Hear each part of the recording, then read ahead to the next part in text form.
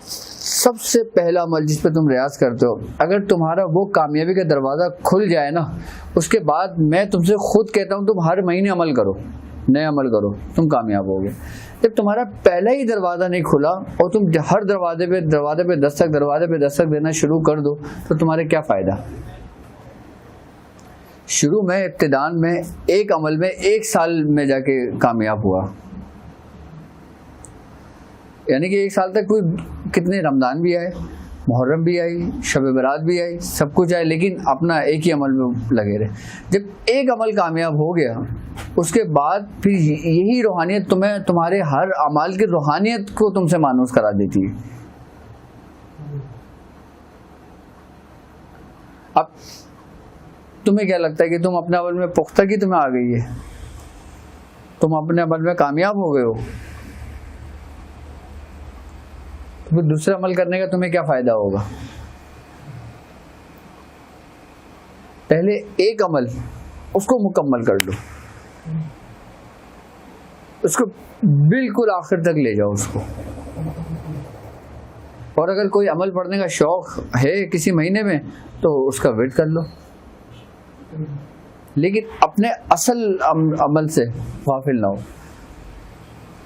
اچھا، ایسے بھی بزرگان دین کیا کرتے تھے کہ جیسے انہوں نے 3 عمل کرے، عمل تو بہت سارے کرے، لیکن ان کے جو ورد میں، ان کے جو معمول میں رہا وہ 3 عمل رہے۔ جیسے مثال کے طور پہ چہل کاف، سورہ مزمل شریف اور سورہ قریش۔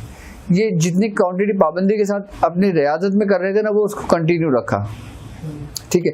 اچھا، ایک پہ انہوں نے صرف ریاضت کری، یعنی کہ سورہ مزمل پر انہوں نے صرف ریاضت کری، اس سے کسی کا کوئی کام نہیں کرا، نہ کسی مریض کو پڑھ کے دم کرا، نہ کبھی اس کے لیے کوئی دعا کری، نہ کبھی اس کو اس کا تعویذ لکھ کے دیا، نہ کبھی اس کو کچھ پتا کہ یہ کرتے کیا ہے۔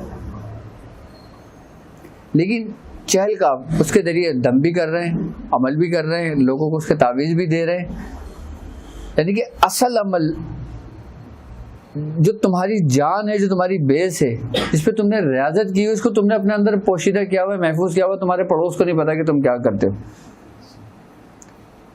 لیکن ایک ہوتا ہے صرف جمع کرنا اور ایک ہوتا ہے جمع کر کے اس کا استعمال کرنا۔ اب ہمارے دادا میاں سورہ مزمل شریف 360 مرتبہ روز پڑھتے تھے، لیکن جب کوئی آتا تو اس پہ چہل کاف پڑھ کے دم کرتے تھے۔ تو اس عمل کی روحانیت کتنی انتہا پہ پہنچ گئی ہوگی۔ ہم لوگ کیا کر رہے ہوتے ہیں؟ اب سورہ قریش 1111 کی تعداد چل رہی ہے، اب کسی نے کہا ربیع الثانی آ رہا ہے یا شیخ عبد القادر جیلانی شیلی لگی اجازت دیتے میں 11,000 بار پڑھوں گا۔ اب جب وہ 11,000 پڑھے گا تو کہ 1100 بار ترک کرے گا نہیں کرے گا؟ وہ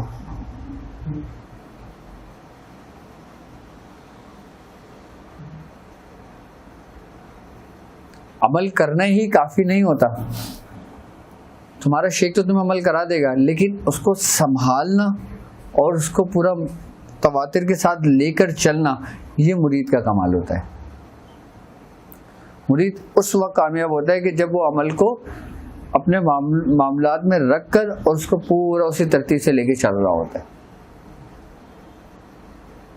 عمل تو بہت ہیں، اب جیسے چہل کاف ہے، اب ہمارے خانوادے کے اندر ربیع الثانی کے اندر چہل کاف پڑھی جاتی ہے، باقاعدہ اس کا اہتمام کیا جاتا ہے۔ اب ایک سمپل طریقہ میں نے 11 دن کا عمل بتایا تھا۔ چہل کاف کے کتنے عدد بنتے ہیں؟ 6,634۔ اس کا میاں حضور نے طریقہ کار 10 دنوں میں 603 کی تعداد تھی، 11ویں دن 604 کی تھی۔ اگر تمہارے عمل کے علاوہ تمہارے پاس ٹائم ہے اور تم اس ٹائم میں یہ مینج کر سکتے ہو اور عمل کرنے کے بعد تم اس کو ریگولر 111 بار اپنے ورد میں رکھ سکتے ہو تو کرنا، ورنہ کر کے چھوڑنا کیا فائدہ؟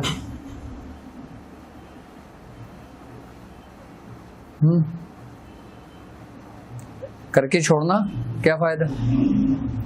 کہ نہ اس وقت پڑھنے کا کوئی فائدہ ہوا، نہ بعد میں اس کو لے کے چلنے کا کوئی فائدہ ہوا۔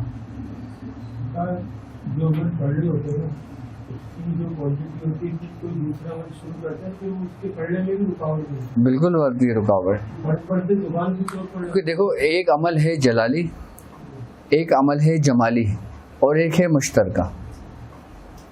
ٹھیک ہے، جس میں جمال بھی ہے اور جلال بھی ہے. آئی بات سمجھ؟ اب تم مثال کے طور پہ جلالی عمل کر رہے ہو، اب تم نے اس کے ساتھ جمالی عمل شروع کر دیا تو اس کا اثر تم پہ پڑے گا. اب ایک عمل ہے دن رات کا اور ایک عمل ہے دن کا. اب جیسے آیت کریمہ ہے، آیت کریمہ اکثریت میں بزرگان دین نے دن میں پڑھا ہے. حضرت شیخ عبد الشکور ملنگ پوش، کمبل پوش، ایک بزرگ گزرے. آپ کڑکتی ہوئی دھوپ میں کمبل اوڑھ کر تقریباً 10,000 یا 12,000 مرتبہ روزانہ یہ پڑھتے تھے آیت کریمہ. اب کچھ عمل ایسے ہیں جو رات کے ہیں، جیسے سورہ مزمل شریف، جیسے اسم بدو کا عمل. اب رات کے عمل آپ دن میں کرو، دن کے عمل رات میں کرو تو نقصان ہوگا نہیں ہوگا؟ تو استاد کی ضرورت، پیر و مرشد کی ضرورت آپ کو کب پڑتی ہے؟ اسی طریقے کار کے لیے. آپ ورد میں آپ دن میں بھی رکھ سکتے ہو، لیکن عمل کی جو تعداد ہے جب پوری کرو گے تو اسی وقت میں کرو گے جو وقت آپ کو دیا گیا ہے. اچھا چھوٹ دے سکتے ہیں میں رات کو 12 بجے ختم 313 کا سورۃ بش. اب میں کچھ بیچ میں ایسے کچھ معاملات آتا ہے، بیمار ہو گئے نہیں ہوا تو میں نے کسی چھوڑا نہیں، لیکن کبھی صبح میں پڑھ لی، کبھی رات میں پڑھ لی، کبھی شام میں پڑھ لی، ایسے کچھ. دیکھو یہ تم ورد میں تو رکھ سکتے ہو، وظیفہ تو پڑھ سکتے ہو، لیکن عمل ایسے نہیں کر سکتے. عمل کی جو نشست ہے، جو وقت ہے، جو ٹائم ہے، جو لوازمات ہیں، وہ اس کو اسی وقت میں کرو گے، ورنہ اب عمل کی حیثیت کیا رہی؟ عمل بیسیکلی کہتے کسے ہیں؟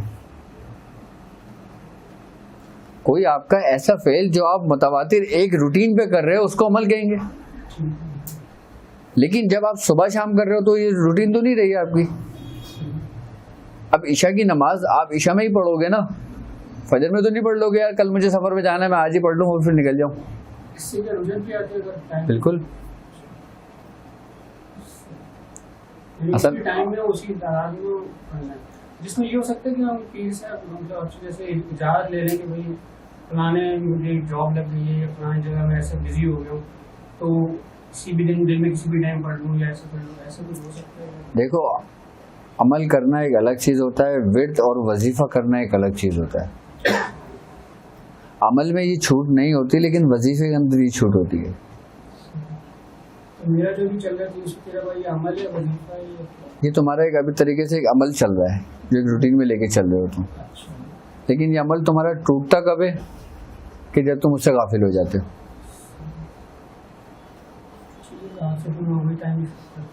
ہماری پریشانی کی سب سے بڑی وجہ یہ ہوتی ہے کہ ہم اب جیسے مثال آج ہم نے رات کو 11 بجے عمل شروع کیا، کل ہم 12 بجے کریں گے، پھر ہم رات کو 2 بجے چلیں گے، اور پھر کہیں محفل میں چلے گئے تو پھر ہم رات کو 4 بجے کریں گے، اور پھر کہیں محفل سے لیٹ فارغ ہوئے تو ہم پھر فجر کے بعد کریں گے.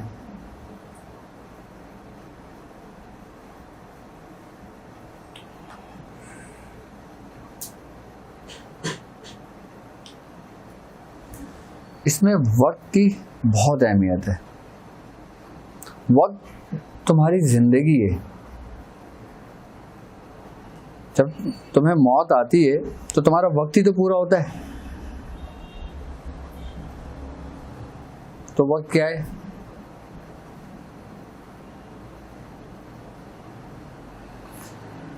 یہ زندگی بھی ہے اور یہ موت بھی ہے.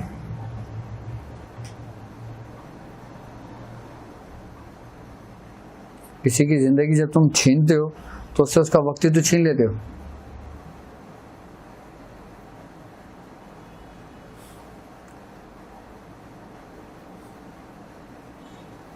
کبھی بھی وقت برا نہیں ہوتا، وقت اچھا ہی رہتا ہے. نبی کریم صلی اللہ علیہ وآلہ وسلم کی حدیث ہے، آپ نے فرمایا کہ زمانے کو برا نہ کہو، زمانہ تمہارا رب خود ہے.